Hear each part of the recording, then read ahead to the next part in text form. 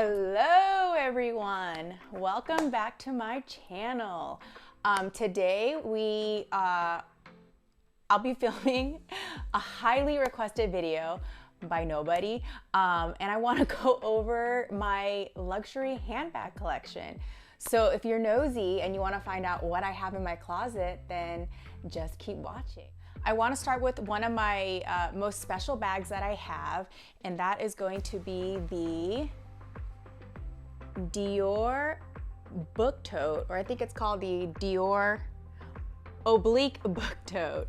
I got this bag in 2019. This was one of my birthday presents from my boyfriend, or now fiance. And the reason why I love it so much is that it's customized with my name. So obviously this is super special, and I love it. It's such a great size, and it probably has no resale value because it has my name on it, but still probably one of my most special bags that I have, and the only one that I ever have that's customized. So I wore this Chanel shirt in honor of my luxury handbag collection. This is all clearly not official real Chanel, but my bags are real Chanel. Let's start with this one here. This is the Chanel 2.55 reissue, and it's in this super unique metallic finish. I purchased this from the Real in 2018. I have let go of a lot of bags in my collection over the past couple of years, but this one is definitely staying. I love it, and it just makes every outfit just pop.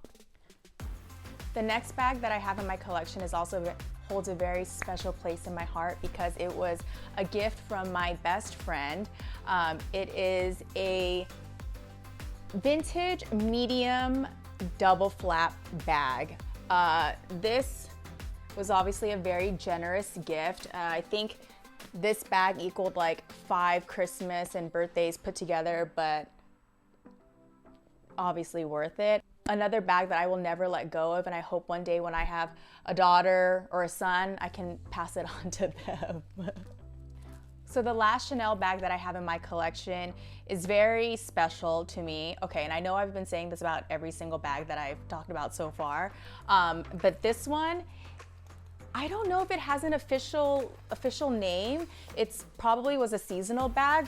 This was back in 2013. I bought this purse when I was in Paris with my best friend.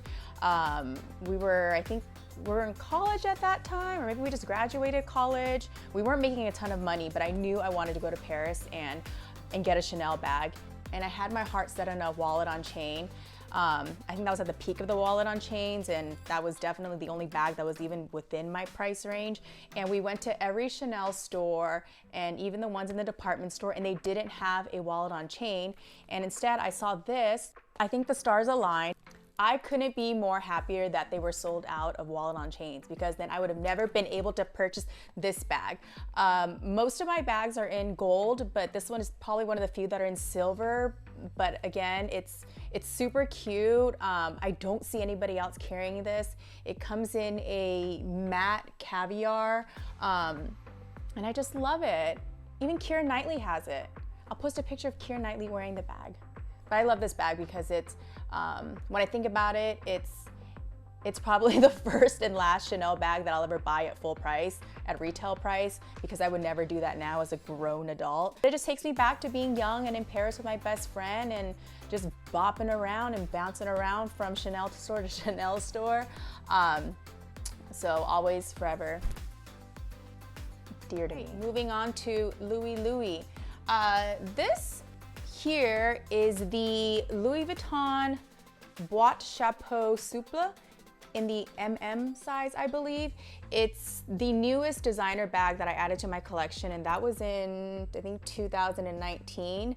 Jose got this for me, or actually brought it back for me. I Venmo'd him for it. Brought this back for me from his trip to Spain, so I was able to save like a couple $100, which was really nice. This is the supple version of the hat box, which is a lot harder and sturdier, but also like way more expensive. So I love this one because I still get the look. It's still classic Louis Vuitton, and it goes well with everything.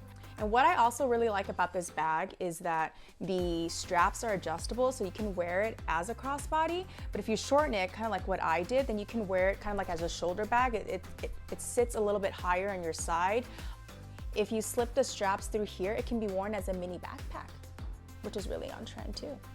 And then I present to you my first designer bag ever, which is the Louis Vuitton Speedy 35.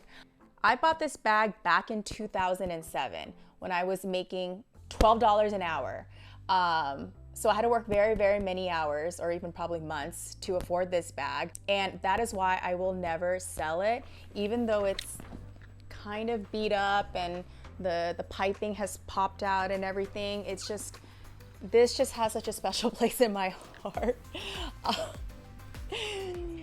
That I will never let go of it. I remember being in high school and all the magazines had girls carrying this bag and wearing it with Uggs. And at that time, we didn't have any money for Louis Vuittons. We didn't have any money for Uggs. So I did have some knockoff Uggs, but I didn't have a Louis Vuitton. So once I graduated high school and started working, I was able to buy this bag. And I remember it was a very special moment for me. So never letting this one go.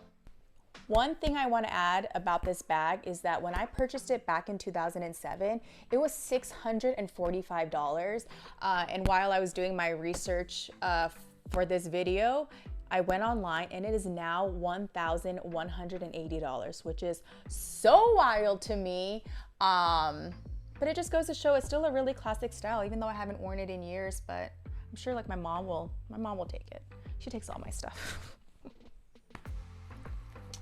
This is the Balenciaga medium city bag in the classic lambskin.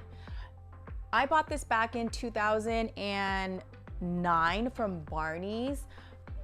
Rest in peace, Barney's. At the peak when everybody had this bag, and I think it was $1,500. And throughout the years, I've debated if I should let it go or keep it, because I wasn't using that much, but recently I've been bringing it back out and it's still such a classic style and it's still super chic and I think it's still super cool. So another one which I won't let go.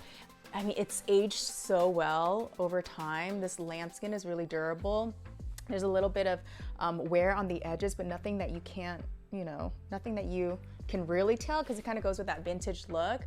But this takes me back to the days when like every single supermodel was wearing it. I think Kate Moss had it, and Paris Hilton had it, and Nicole Richie had it.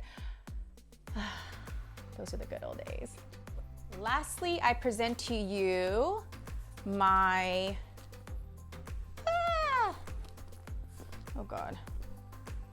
I present to you my Saint Laurent Lulu camera bag.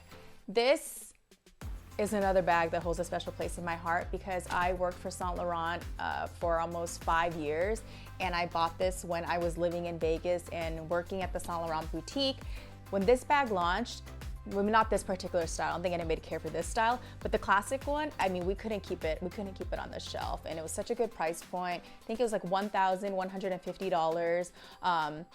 When I saw that this was being released, I love stars and I love this camera bag, and of course I still love Saint Laurent, and it's so cute for the price point, and it comes with like a little tassel.